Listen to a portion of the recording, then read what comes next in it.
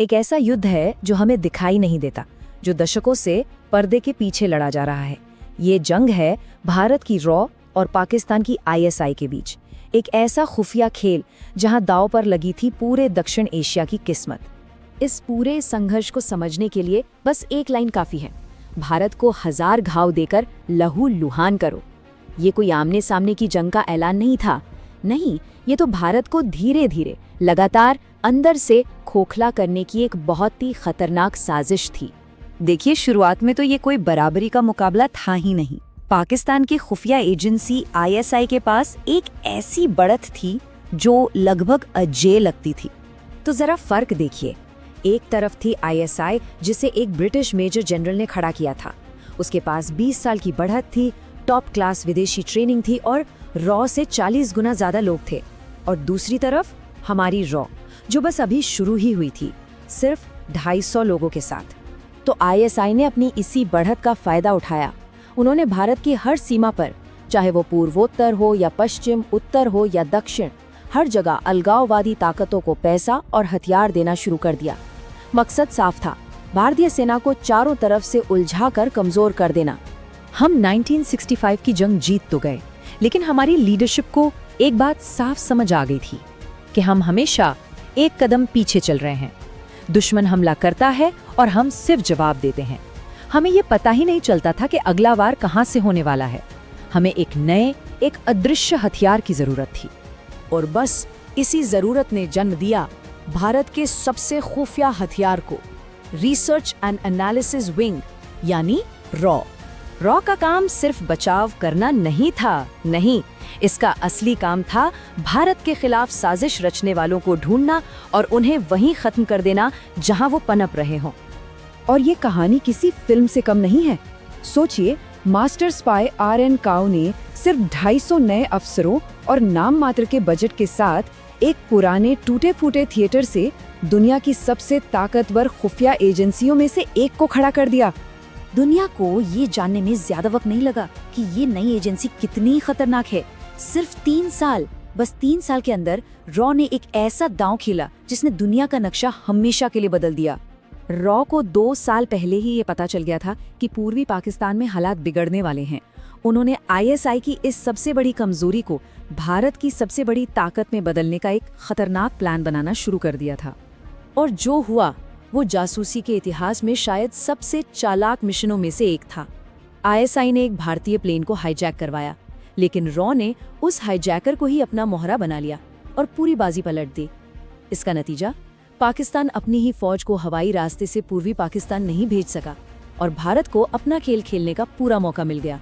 और इसका नतीजा, एक ऐसी शानदार जीत जिसकी किसी ने कल्पना तक नहीं की थी। रॉ ने सिर्फ बांग्लादेश को आज़ादी नहीं कराया, बल्कि आईएसआई को एक ऐसी करारी हार दी जिससे शायद वो आज तक नहीं उबर पाई है। सोचिए, 1 लाख पाकिस्तानी सैनिकों ने सरेंडर किया था। वर्ल्ड वॉर 2 के बाद ये अब तक का सबसे बड़ा मिलिट्री सरेंडर था। लेकिन ये लड़ाई अभी खत्म नहीं हुई थी। एक जख्मी शेर की तरह आईएसआई और भी खतरनाक होकर लौटी।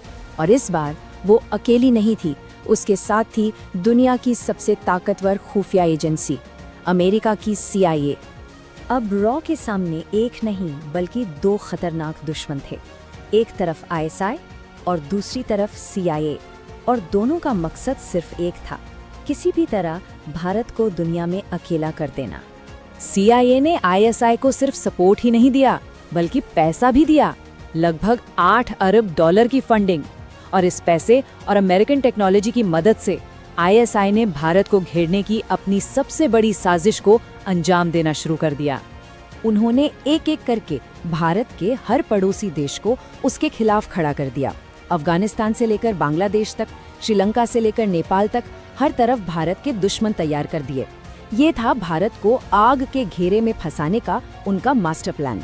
चारों तरफ से दुश्मनों से घिरे रॉ के पास अब बस 2 ही रास्ते थे, या तो हार मान लें या फिर एक ऐसा पलटवार करें जिसकी किसी ने उम्मीद भी न की हो। और उन्होंने दूसरा रास्ता चुना।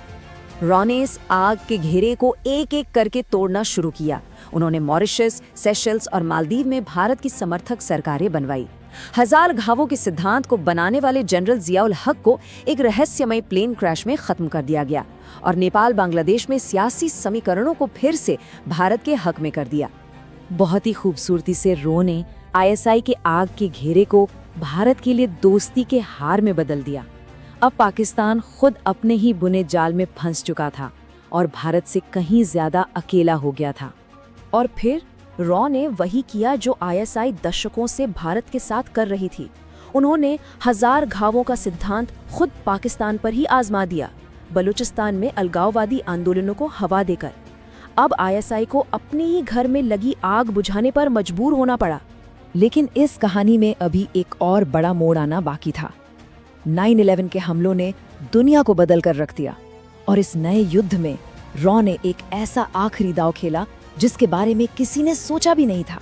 वो रॉ ही थी जिसने अमेरिका को ओसामा बिन लादेन के पाकिस्तान में छिपे होने की पक्की खुफिया जानकारी दी और इस एक जानकारी ने सीआईए और आईएसआई के रिश्ते को हमेशा के लिए खत्म कर दिया। पाकिस्तान पूरी दुनिया के सामने बेनकाब हो चुका था। तो आज भले ही ताकत का पलड़ा भारत की तरफ झुका हुआ है, लेकिन ये जो खुफिया जंग है ना, ये आज भी जारी है। और ये सब हमें एक बहुत ही जरूरी सवाल पर लाकर खड़ा कर देता है कि एक देश की सुरक्षा की असली कीमत आखिर है क्या, खासकर तब जब ये लड़ाई कभी खत्म ही न होने वाली हो।